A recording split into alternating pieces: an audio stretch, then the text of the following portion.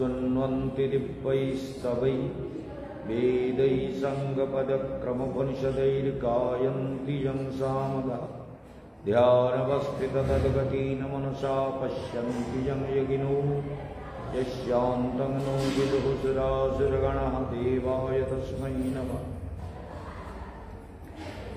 हरेर्नाम हरेर्नामैव केवलम् खलौ नस्तेव भगतिरन्यथा।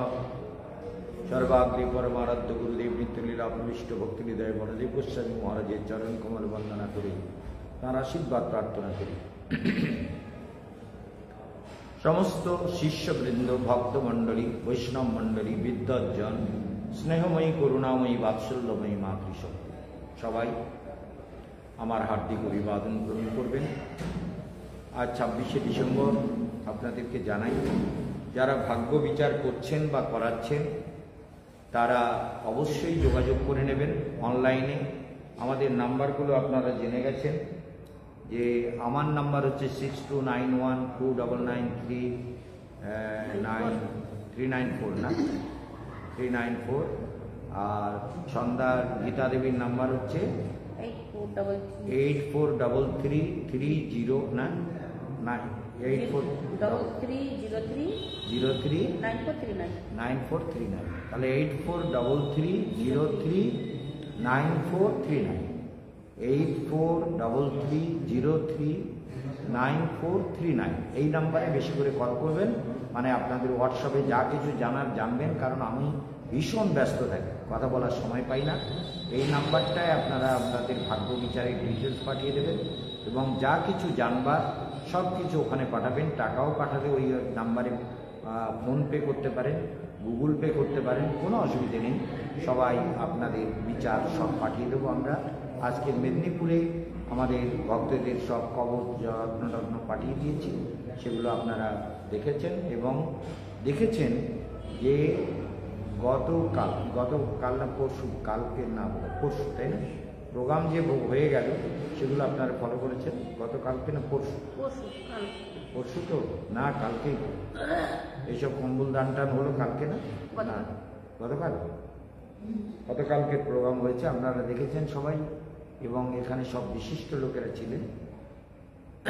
আমরা কি বলছিলাম? যুক্তাহার বিহারস্য যুক্ত চেষ্টস্য কর্মসু যুক্ত স্বপ্নাববোধস্য যোগ ভবতি দুঃখহা। মানে দুঃখ হরণকারী যোগ, দুঃখকে হরণ করে এই যোগ তারই দ্বারা সম্ভব যে আহারটাকে সংযমিত করে, মানে শরীর ভালো রাখে। প্রথম কাজ এইটা, শরীর মাধ্যম খলু ধর্ম সাধনা। তাহলে শরীর যদি আমার ভালো না থাকে তাহলে আমি সাধনা করতে পারবো না।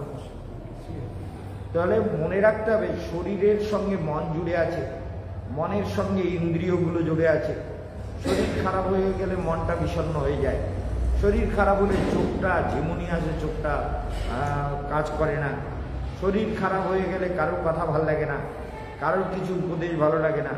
তাহলে শরীরের সঙ্গে সব জুড়ে আছে, শুনতে ইচ্ছে করে না, বলতে ইচ্ছে করে না, দেখতে ইচ্ছে করে না, শরীরে এনার্জি থাকে না। এই যত প্রবলেম তৈরি হয় কেন? শরীর খারাপ হয়ে যায়। তাহলে শরীরকে সুস্থ রাখা আমাদের জীবনে, তাকে শোনো এদিকে, শরীরকে সুস্থ রাখা আমাদের জীবনে একান্ত রূপে প্রয়োজন। হ্যাঁ, শরীর যদি সুস্থ না থাকে কিচ্ছু ভালো লাগে, মনও ভালো থাকবে। আর মন ভালো না থাকলে ইন্দ্রিয়গুলো ঠিকমতো কাজ করতে চাইবে না। সব মানে একটার সঙ্গে আর একটা জুড়ে আছে। তার সঙ্গে আত্মাও ভালো থাকবে না, আত্মা বিষণ্ণ হয়ে যাবে। এই জন্য যুক্তাহার ও বিহারস্য যুক্ত আহার, আমি সেই আহার করব।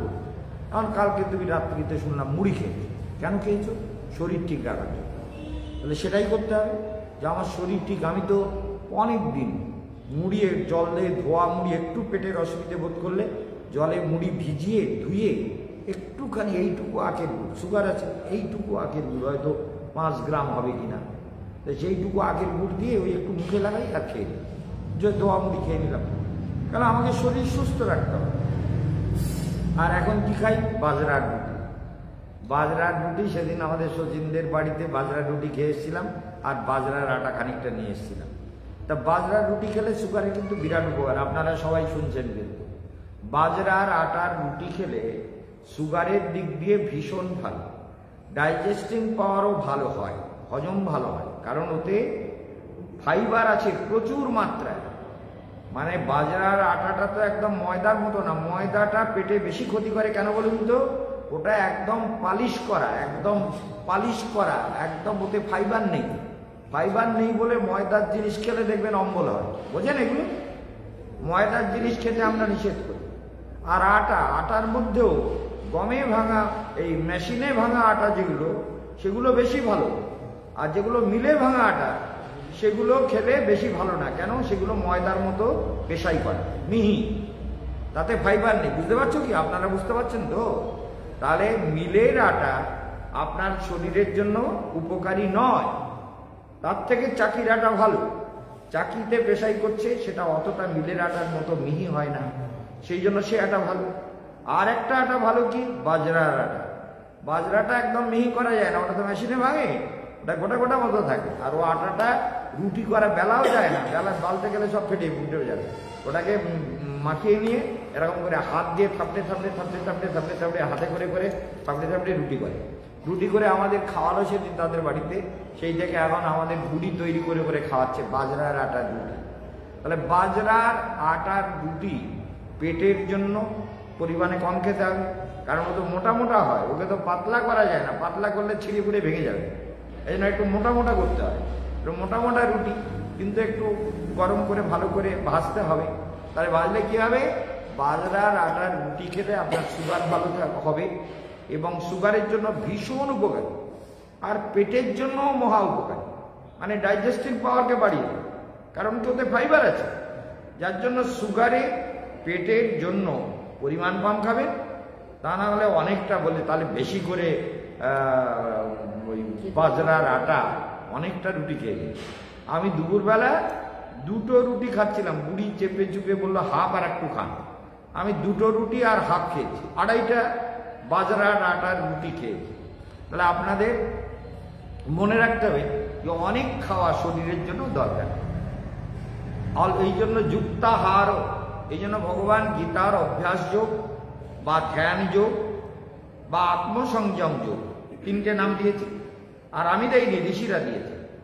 এ 3টে নাম, অভ্যাস যোগ, ধ্যান যোগ আর আত্মসংযম যোগ। সেই যোগে ভগবান বলছেন যুক্তাহার, মানে আহারটাকে সংযমিত করে, তা না হলে শরীরের ব্যায়ামগুলো যাবে না। তাহলে যুক্তাহার বিহারস্য, এই যেমন হাই উঠতেছে, শরীরটাকে এনার্জি তৈরি করে। হাই উঠলে তো ঘুম আসবে, চোখ তো ঢুলে এরকম হওয়া, নাহলে গড়বা, তাহলে হাই করবে। তাই এই জন্য যুক্তাহার বিহারস্য। তাহলে আহার এবং বিহারের বহু অর্থ হয়। আমরা যে এই যে বিকেলবেলা পর্যন্ত 5:30 পর্যন্ত আমার কাছে লোক বসেছিল, আর এখানকার চৈতন্য বিহারের সভাপতি, তারপরে আরো একজন বিশিষ্ট লোক এখানে বাড়ি করছে, তিনি বড় ইঞ্জিনিয়ার ছিলেন, তিনি এসেছিলেন, তারা বসেছিল। তো তাদেরকে নিয়ে অনেক কথা বলতে দেরি হলো, কিন্তু হাঁটতে চলে গেলাম। হাঁটলাম পুরো মাত্রায়, 5:30 পরে বেরিয়ে প্রায় 6:40 পর্যন্ত হেঁটে ব্যায়াম করে, আসন করে, প্রাণায়াম করে, সমস্ত কিছু করে তারপরে আশ্রমে ফিরলাম। তাহলে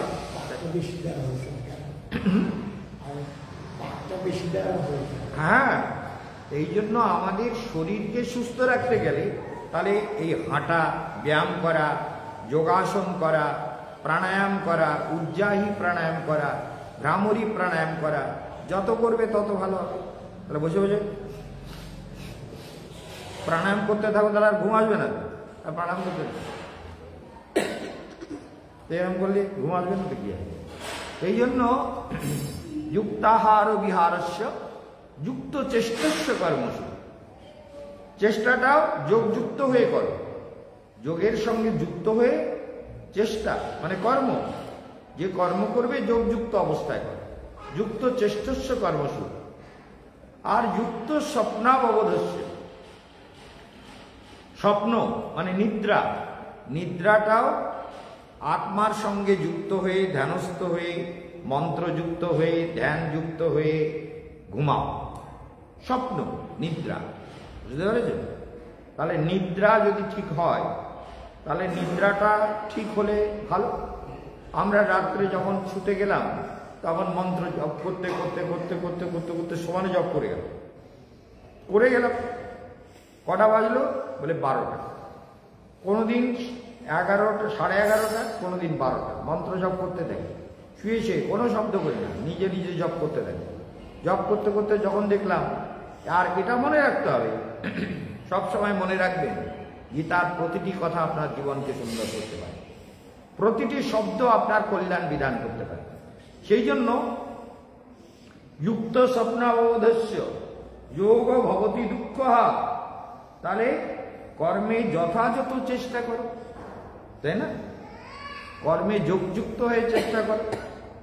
যোগযুক্ত কর্মাণি, যোগযুক্ত হয়ে কর্ম করো। সর্বেন্দ্রিয়গুলো যোগযুক্ত হয়ে করো, তাহলে কর্মগুলো তোমাকে সাফল্য দেবে, তোমাকে ভয় মুক্ত। বিগত ভীত, গীতা ভগবান বলছেন ভয়টা কিসের ভয়? জগতে এসছি দুনিয়ায় কাজ করতে, আমার মতো করে যাও। আমাকে একজন এসে ভয় দেখাচ্ছে বলে আপনার নামে এফআইআর করে, যেই ইঞ্জিনিয়ার। আরে করতে বল, ওর বাপকে করতে বল, ওর 14 পুরুষকে করতে বল, এফআইআর করতে বল। বলে 50-60 হাজার টাকা লাগবে, না হলে এফআইআর হবে। বলে কেন? টাকা কি ওর বাপের জন্মে দেখিনি? নেই, বাপের জন্মে টাকা দেখিনি, আমাকে টাকা দিতে হবে, ওর এফআইআর করার জন্য টাকা দেবো? ও এফআইআর করতে বল, দেখি ওর কত যোগ্যতা আছে। বলে আপনি ওনার সঙ্গে ভালো ব্যবহার করেন। মানে ঠিক আছে, সেটা এফআইআর করুক, জবাব আমিও দেবো, জবাবটা তো আমারও আছে না, এফআইআর করুক। মনে রাখতে হবে যে কেশবানন্দ দুনিয়ায় কারো ভয় করে। এই জন্য যুক্তাহার ও বিহারস্য যুক্ত চেষ্টস্য কর্মস্য যুক্ত স্বপ্নাববোধস্য যোগ ভবতি দুঃখ।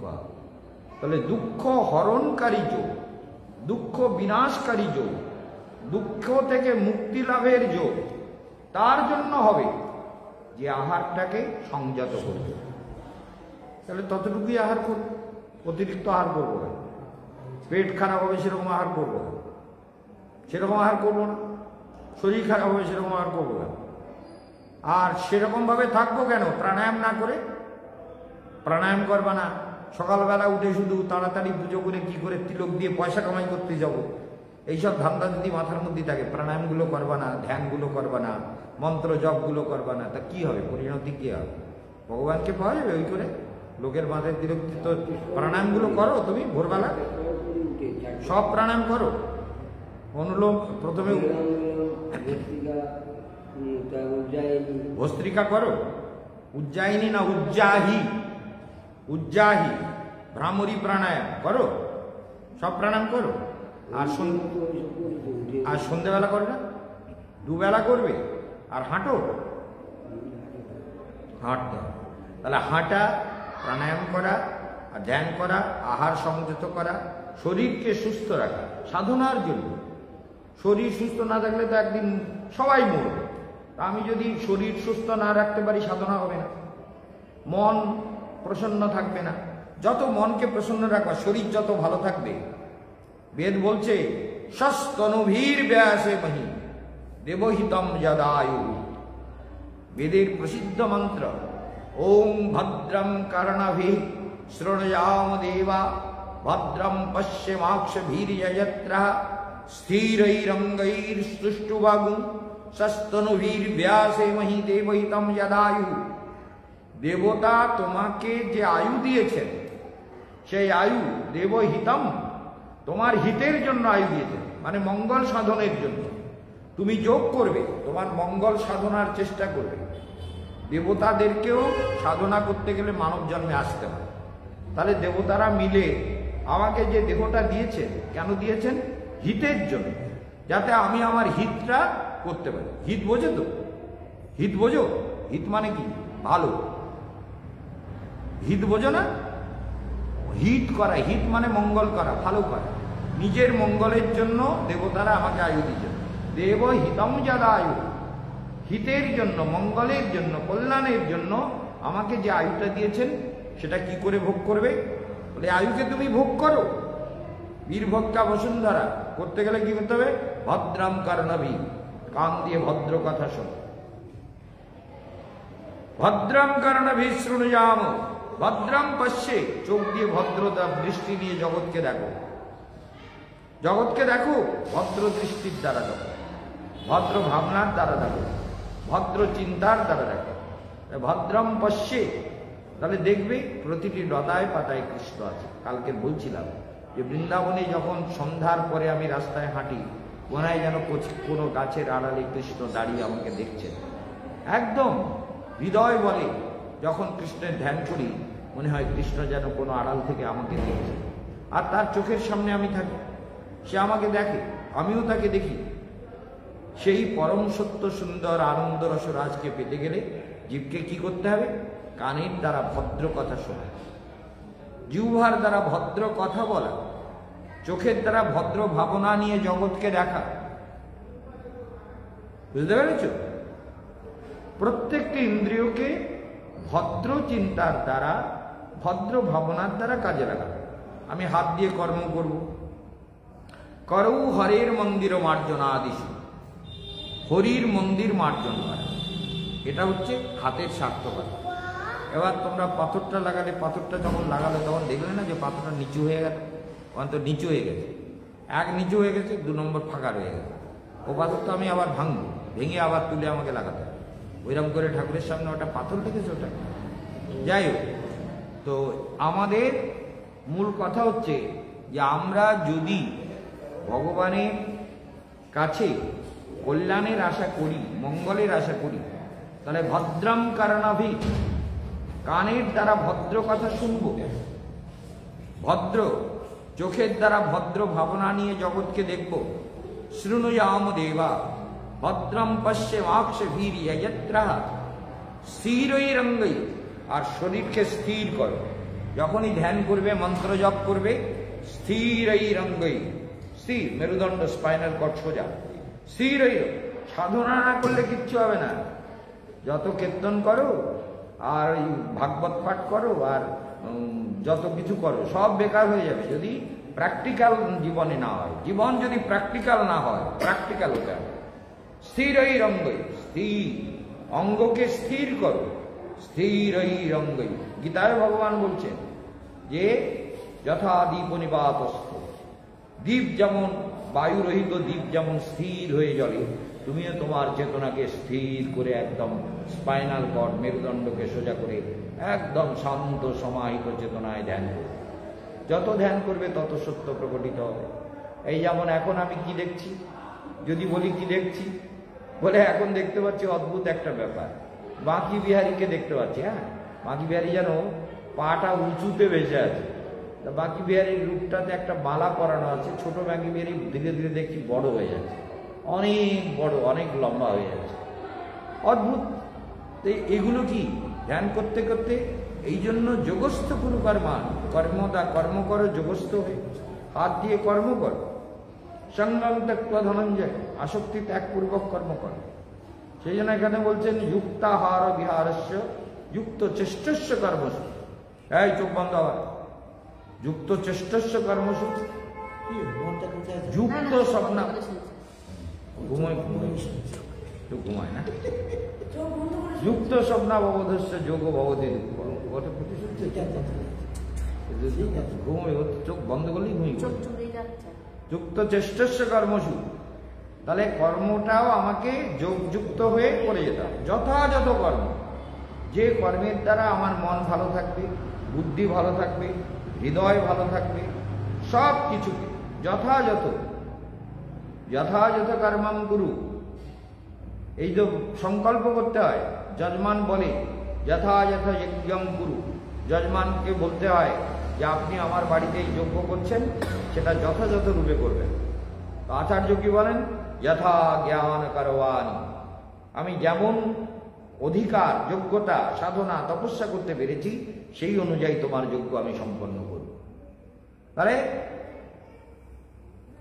সস্তনুভীর ব্যাসে মহি, সুস্থ সুন্দর তনু, শরীর, মন।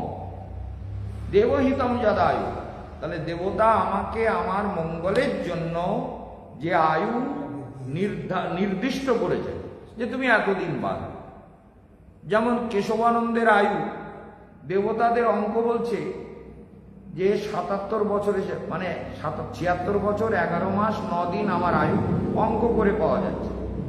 যদি আমি মরতে না চাই তাহলে আমাকে ধ্যান করতে হবে। যদি বলি যে আরো ৫ বছর ৭ বছর আমি বাঁচতে চাই, তাহলে আমাকে ধ্যানের দ্বারা আয়ুটাকে বাড়াতে হবে। কুম্ভক করে যোগ শক্তির দ্বারা শরীর মনকে সুস্থ রেখে আমি আরো ৬-৭ বছর বেঁচে দেব। মানে ৭৭ আর ৬ মানে ৮৩-তে গিয়ে আমাকে জগৎ ছাড়তে হবে, এটা নিয়ম। আর যদি আরো গভীর তপস্যা করতে চাই তাহলে আরো কিছু বাঁচতে পারি, কিন্তু ৮৩-তে আমার আয়ু অ্যাকচুয়ালি শেষ হয়ে যাওয়া। এটাই হচ্ছে ক্যালকুলেশন, অ্যাস্ট্রোলজি, মানে দেবতারা এটাই নির্ধারণ করেছেন। আমার জন্মচক্র, রাশিচক্র সেটাকে এইটাই নির্ধারণ করেছেন, এই সময় আমার মৃত্যু হয়ে যাওয়ার কথা। কিন্তু ৭৬ বছর ১১ মাস ৯ দিন মানে ৭৭ বছর, ওই সময় আমি যদি মরতে না চাই, তাহলে আমি যে যোগাভ্যাস করে যাচ্ছি সেটা যদি করে যাই, তাহলে আমি আরো ৬ বছর ৭ বছর আয়ুটা বাড়াতে পারি। আর যদি তার সঙ্গে আমার সাধন শক্তি প্রচুর পরিমাণে বেড়ে যায়, তাহলে আমার প্রাণটাকে আমি আরো অবরুদ্ধ করে আরো ৩-৪ বছর বেঁচে রাখার চেষ্টা করে যেতে পারি। জগতের প্রয়োজন, জগতের যদি প্রয়োজন হয় সেটা করা সম্ভব। সেই জন্য আমাদের এগুলোকে প্রত্যেককে যত, যেমন আমাদের গীতাদের হাঁটতে বললে হাঁটতে চান না, অন্য সময় হাঁটে, ধ্যান প্রাণায়ামগুলো ঠিক মতো করতে চায় না। এগুলো যে জীবনে কত দরকার, সমস্ত শাস্ত্র বলছে, যোগ বলছে, ঋষিরা বলছেন, ডাক্তাররা বলছে, আজকাল সমস্ত ইউটিউব চ্যানেল বলছে যে যাদের সুগার আছে তারা প্রতিদিন অন্তত মানে এক্সারসাইজ এবং প্রাণায়াম এগুলো আপনারা প্রত্যহ করবেনই করবেন। এক্সারসাইজ তো করতেই হবে। আমি তো এই পার্কে গিয়ে সমানে করলাম, সকালবেলা উঠে ভোর রাত্রের থেকে সমানে করি বলেই তো তবে সুস্থ থাকতে পারি। না হলে 94-এ যার সুগার হয়েছে জানুয়ারিতে, এত বছর ধরে, তার মানে 94-কে যোগ করলে 7 আর 23 30 বছর হয়ে গেল সুগার। 30 বছর সুগার, এই 24-এ পড়বে জানুয়ারিতে, কি এই 31-এ পড়বে। তাহলে এই যে সুগারের সঙ্গে লড়াই করে বেঁচে আছি একমাত্র প্রাণায়ামের দ্বারা। আগে তো আমি রাত্রে কিচ্ছু খেতাম না। আমি অনেক সময় একমাত্র এই গীতাই জানি যে রাত্রে লেকচার দিয়ে ফিরে এসে বলতাম একটু সবজি দে, ভেন্ডির সবজি করে রাখতো, শুধু সবজি খেয়ে নিতাম, খেয়ে শুয়ে পড়লাম। সুগারটা কন্ট্রোলে রাখতে হবে, তখন তো এত ওষুধ খেতাম না। রাত্রে হয়তো কোনোদিন একটা রুটি খেলাম, একটাই রুটি খেলাম, পাতলা একটা রুটি, শুধু একটা রুটি, কিংবা কোনোদিন শুধু একটু সবজি। অদ্ভুত ব্যাপার। কোনো ভক্তের বাড়িতে থাকলে বলতাম দেখো একটা রুটি খাও, বলে গুরুদেব দুটো আনে না, তাহলে তোমার বাড়ি থাকবে না। একটা রুটি দেবে, একটা রুটি আর একটু পেঁপে সিদ্ধ দিতে পারো, কি একটু কোনো সিদ্ধ দিতে পারো। এই যে তার মানে যুক্তাহার, তাহলে আহারের সংযম করেছি বলে আজকের এই 30 বছরের সুগার নিয়ে এখনো দুনিয়ার কাজ করে চলেছে। বলে আপনার 30 বছর সুগার, আপনার বয়স 67 হয়ে গেল, 67-তে পড়ে গেল, লোকে আশ্চর্য হয়ে যায়। কারণ সুগারের রুগী তো ধীরে ধীরে বুড়া হয়ে যায়। মহারাজ তো বুড়ো হচ্ছে, মহারাজকে লোকে দেখলে বলে আগের থেকে তো আরো আপনি মানে ইয়ে হয়ে যাচ্ছে, ফ্যাট ট্যাট কমিয়ে একদম হয়ে যাচ্ছে। হ্যাঁ, ফ্যাট ট্যাট কমিয়ে, হ্যাঁ কি বলছিস তুই? কচি খোকা, আমাদের 20 বছর কচি খোকা হয়ে যাচ্ছে, বুঝতে পারছেন আপনারা? এই বদমাইশ মেয়ে তো একটু বদমাইশ। এই জন্য যাই হোক, এই জন্য আমাদের মনে রাখতে হবে যে প্রত্যেকেরই জীবনে, প্রত্যেকের জীবনে আমাদের সাধনা করা একান্ত প্রয়োজন, এবং প্রাণায়াম করা এবং এক্সারসাইজ করা, ফিজিক্যাল এক্সারসাইজ। তো এগুলো যদি না করি তাহলে আমরা কিন্তু সুস্থ থাকতে পারবো না। শরীর ধীরে ধীরে অপটু হয়ে যাবে। সুগার তো এমন একটা রোগ, কোন শরীরের কোন অর্গানটাকে ড্যামেজ করে দেবে তুমি জানো না। বিশেষ করে সুগার থেকে হার্ট ড্যামেজ করে, কিডনি ড্যামেজ করে, সুগার থেকে মারাত্মক মানে 15 বছর সুগার হয়ে গেলে বেশিরভাগ ডাক্তাররা বলে আপনার একটা কিছু নেবেই নেবে, হয় হার্টকে নেবে না হয় কিডনিকে নেবে। 15 বছর যদি সুগার হয়ে যায় তাহলে হার্ট না হলে কিডনি একটা কিছুকে ড্যামেজ করেই দেবে। তাহলে এগুলো তো মিথ্যে কথা না। কারণ আমরা যদি সেগুলো ব্যায়াম প্রাণায়াম করি তাহলে সুস্থ থাকবো, প্রাণায়াম করলে ভালো থাকবো, তা না হলে এগুলো প্রবলেম হয়ে যাবে। এই সত্যগুলো যদি আমরা না জানি, সেই জন্য ভগবান গীতার অভ্যাস যোগে, আত্মসংযম যোগে বা এই অধ্যাত্ম যে যোগ তিনি ব্যাখ্যা করছেন সেখানে তিনি বলছেন ধ্যান যোগ। তাহলে ধ্যান যোগে তিনি বলছেন যে যুক্তাহার, আহার করো, যুক্তাহার যেটা তোমার শরীরে ভালো থাকবে সেইটুকু আহার, বিহারস্য সেইটুকু এক্সারসাইজ প্রাণায়াম ধ্যান আদি সব, যুক্ত চেষ্টস্য কর্মসু, তুমি যথাযথ কর্ম করো, যথাযথ কর্মাম করু, যথাযথ যেটা উপযুক্ত শাস্ত্র বিহিত কর্ম, ঠাকুরের পুজো করা, ঠাকুরের অর্চন করা, ঠাকুরের সেবা করা, মন্দির মার্জন করা। যেমন বুড়ি আমাদের সমানে কাজ করে, এই একটা মেয়ে যার কাজের প্রতি কোনো আলস্য নেই, সমানে গুরুদেবের সেবাও করে আর আশ্রমের ঠাকুরের সেবা, ঠাকুরের কাপড় বদলানো, ঠাকুরের মন্দির পরিষ্কার করা। ছন্দাও প্রচুর সেবা করে, ছন্দাকে বহু বাইরের কাজ করতে হয়, অফিসিয়াল কাজকর্ম প্রচুর করতে হয়, যেসব অনেক রকম ওর উপরে প্রেশার থাকে, আমার এটা কেন হলো না, এটা কেন ভুলে গেল, এটা কেন হলো না। এরা দুজনই তো সারা জীবন হেল্প করে গেল, এরা দুজনই সারা জীবন মহারাজের ডান হাত বাঁ হাত রূপে সারা কর্মকে যথাযথ রূপে করে গেল এবং অন্য সবাই সহযোগ করেছে, সহযোগ সবার পেয়েছে, সব ভক্তের, কিন্তু এরা দুজন নিরন্তর এই যে সেবা করে গেছে। আর বুড়ি লেখাপড়ার দিক অফিসিয়াল কাজকর্ম তো বোঝে না, কিন্তু বুড়ি যা সেবা করে সেই সেবাটা অন্য কারোর দ্বারা সম্ভব না, বাস্তব সত্য। মানে এত দ্রুত গতিতে সেবা কাজ করে এগুলো, সেই জন্য কর্ম, হ্যাঁ এই জন্য বলছেন যোগ কর্ম সুকৌশল, কৌশল অবলম্বন করতে হবে। কাজ করতে গিয়ে একটা রান্না করছি তো করছি, একটা রুটি করছি তো করছি, একটা রান্না করছি তো করছি, আর ঢেকে রান্না করলে তাড়াতাড়ি হয়। দিন রাত এরা মোবাইল দেখে, দেখায় যে ঢেকে রান্না করবেন, কুকারে রান্না করবেন, কম সময় রান্না হবে, গ্যাস কম পুড়বে, তাই খুলে খুলে রান্না করতেছে, ফোটাচ্ছে তো ফোটাচ্ছে। এইসব শালা পাপি জীব সব দিন রাত মোবাইল দেখে, কিন্তু এই ভালো কথাগুলো শিখবেন, বুঝো ব্যাপারটা। কিন্তু বুড়ি তো এইগুলো করে, বুড়ি ওগুলো ঢেকে রান্না খায়, খুলে রেখেছিস ঢেকে দে, এটা ঢেকে দে, তাড়াতাড়ি হয়ে যাবে। এটাকে কুকারে করে, এটা তাড়াতাড়ি হয়ে যাবে। তাহলে এই যে প্রত্যেকটি মানুষের এটা শেখা দরকার, প্রত্যেকের জন্য এটা দরকার। কারণ জীবনে পয়সাটা বাঁচলে আর একটা ভালো কাজ করা যেতে পারে, একটা গরিবের উপকারে লাগানো যেতে পারে, একটা দরিদ্রের সেবায় লাগানো যেতে পারে, আমরা অনেক কিছু উপকারের কাজ করতে পারি।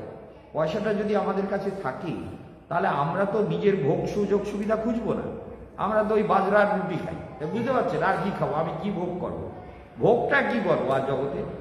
আর আমার একটা দেখেছেন এই যে সোয়েটারটাই, ছন্দা একটা সোয়েটার কিনে বললে এইটা আপনি গায়ে, এই যে দেখুন এই ছন্দার সোয়েটারটা আমাকে দিয়েছে, আমি দেখাচ্ছি গীতা, যাই হোক এই জন্য দেখেছেন ওইটা গায়ে। তা আমার এরকম আছে, আমি বলি ঠিক আছে যাই, এইটা তো আমার ভালো লাগছে, বেশ পাতলা একটা, মোটা জিনিস গায়ে দিলে আমার গরম লাগে, এটা পাতলা আছে, এটা দিয়ে এইটা গায়ে, চিন্তা করুন। তাহলে আমার কোনো বিলাসিতা তো নেই, বিলাসিতার দরকারও নেই, যে জীবনে ওই ভাব আর কোনো সম্পত্তি। আমাকে কালকের আমাদের বলছে যে আপনার 4টে প্লট আছে, 4টে প্লটেরই দাম এখন 8 কোটি টাকা, মানে 2 কোটি টাকা একটা প্লটের দাম এখন চলছে, আরো বাড়বে। একটা প্লটের দাম 2 কোটি টাকা, তার 4টে প্লট আছে, 8 কোটি টাকা দাম, আর বিল্ডিং এর দাম অন্তত আরো 20 কোটি হবে। তার মানে 30 কোটি টাকার প্রপার্টি আপনার হাতে আছে। তা 30 কোটি টাকার প্রপার্টি থাকতে পারে, ব্যাংকে থাকতে পারে, আরো কিছু থাকতে পারে, কিন্তু সেই দিয়ে কি হবে, আমার নাকি এগুলো, এই সম্পত্তি কি আমি নিয়ে এসেছি? এখান থেকে যা পেয়েছি এখানেই রেখে যাব। আরে একেবারে দরিদ্র পরিবারে জন্মেছিলাম তো, মুখে অন্ন জুটতো না ছোটবেলা, ফ্যান খেয়ে বেঁচেছি, মানে মাঠের নাল খেয়ে বেঁচেছি। তা ভগবান তো এত বড় পজিশনে পৌঁছে দিয়েছেন যে পৃথিবীর একটা শ্রেষ্ঠ ব্যক্তিদের মধ্যে আমার নামকে একজন রূপে গোনা হয়, এক শ্রেষ্ঠ জ্যোতিষী রূপে আমাকে দেখা হয়। তো সেই জন্য মনে রাখতে হবে যে এই জগতের কোনো কিছু তো আমার না। এটা একদম মনে প্রাণে যদি না বুঝতে পারেন আপনারা, এই যে গীতার জ্ঞান শুনছেন, যে জগতে কোনো বস্তু আমার না, এইটা মনে প্রাণে বুঝুন, তা নাহলে মরেছে, বিপদ হাড়ে হাড়ে টের পাবে। বুঝতে পেরেছেন? বিপদ হাড়ে হাড়ে টের পাবেন। মরণের সময় যত জঞ্জাল, ভূত প্রেত পিশাচ ছাগল কুকুর এসে ভেতরে জড়ো হবে, আর মরে ওইগুলোই হবে, ওগুলো হবে। এই সত্যি কথা তো। জং জং ভাবিস্মরণ ভাবম তজত্তন্তে কলেবরম, যেরকম ভাব দিয়ে কলেবর ত্যাগ করবেন, কলেবর মানে বোঝেন তো, দেহ, দেহ ত্যাগ করবেন, সেই রকম জন্ম লাভ। তাহলে ভাবটা সুন্দর করুন, রোজ রাত্রে ধ্যান করুন, মহারাজের কথা শুনুন। যুক্তাহার বিহারস্য যুক্ত চেষ্টস্য কর্মসু যুক্ত স্বপ্নাববোধস্য যোগ ভবতি দুঃখ। তাহলে এই যে বোধ, এই যে চেতনা, এই যে ভাব, এই ভাব নিয়ে যদি তুমি জীবনযাপন করো, তাহলে দুঃখ মুক্তকারী, মানে মৃত্যুর হাত থেকে, জন্ম মৃত্যু জরা ব্যাধি, এই দুঃখ দশার দর্শনম, এই সমস্ত জরা ব্যাধি দুঃখের থেকে তুমি অনন্তকালের জন্য মুক্তি লাভ করবে। কিসের দ্বারা? এই দুঃখহারী যোগের দ্বারা। গীতায় ভগবান বলছেন। তাহলে এখানে বলছেন যদা বিনিয়তম চিত্তম আত্মনিভাবতিষ্ঠতি নিষ্পৃহ সর্বকামেভ্যো যুক্ত ইত্যুচ্যতে তদা। তাহলে যুক্ত কে? বলে যার স্পৃহা নেই, যে কিছু চাইছে না। ভগবান যা দিয়েছেন সব ঠিকই দিয়েছেন, যা হচ্ছে ঠিকই হচ্ছে। बोले महाराज जी आपके ये सब बोला, आपके साथ ऐसा किया, बोले जो किया ठीक किया, भगवान ने करा है। अरे उसके अंदर भी भगवान बैठा हुआ है ना, तो वो उसने अगर गलत किया है तो भगवान भी देख रहा है, उसके अंदर बैठ के भी देख रहा है, और मेरा भगवान भी देख रहा है। तो जो शास्ति उसको मिलना है वो भगवान ही देंगे, तो उसको तो मिलेगा ही। गलत करने वाले को गलत कर्म का फल उसको भुगतना पड़ेगा। फिर जीवन में क्या है, क्या रहेगा? इसलिए यदा विनियतम चित्तम आत्मनिभावतिष्ठते निष्पृह सर्व कामेभ्यो युक्त इत्युच्यते तदा। এই যুক্ত চেতনা যদি আমাদের লাভ হয়, সবার মঙ্গল হবে। অনেক কথা শোনার দরকার নেই, যে কটা কথা শুনলেন বারবার রিপিট করে শুনুন, যে মহারাজজি আমাদেরকে কি বললেন, আর এর দ্বারা আমাদের কি হতে পারে, এই কথা আমাদের কতটা মঙ্গল করতে পারে, বারবার রিপিট করুন। সবাই ভালো থাকবেন। অনেক কাজকর্ম চলছে আমাদের, তার মধ্যে সময় বের করতে হচ্ছে আপনাদের হরিকথা বলার, নানান ব্যস্ততার মধ্যে। যখন এখানে হরিকথা বলবো তখন আবার একটা অ্যাকাউন্টের ব্যাপার নিয়ে শুরু হয়ে গেল, এইসব ব্যাপারগুলো চলছে। হরে কৃষ্ণ কৃষ্ণ কৃষ্ণ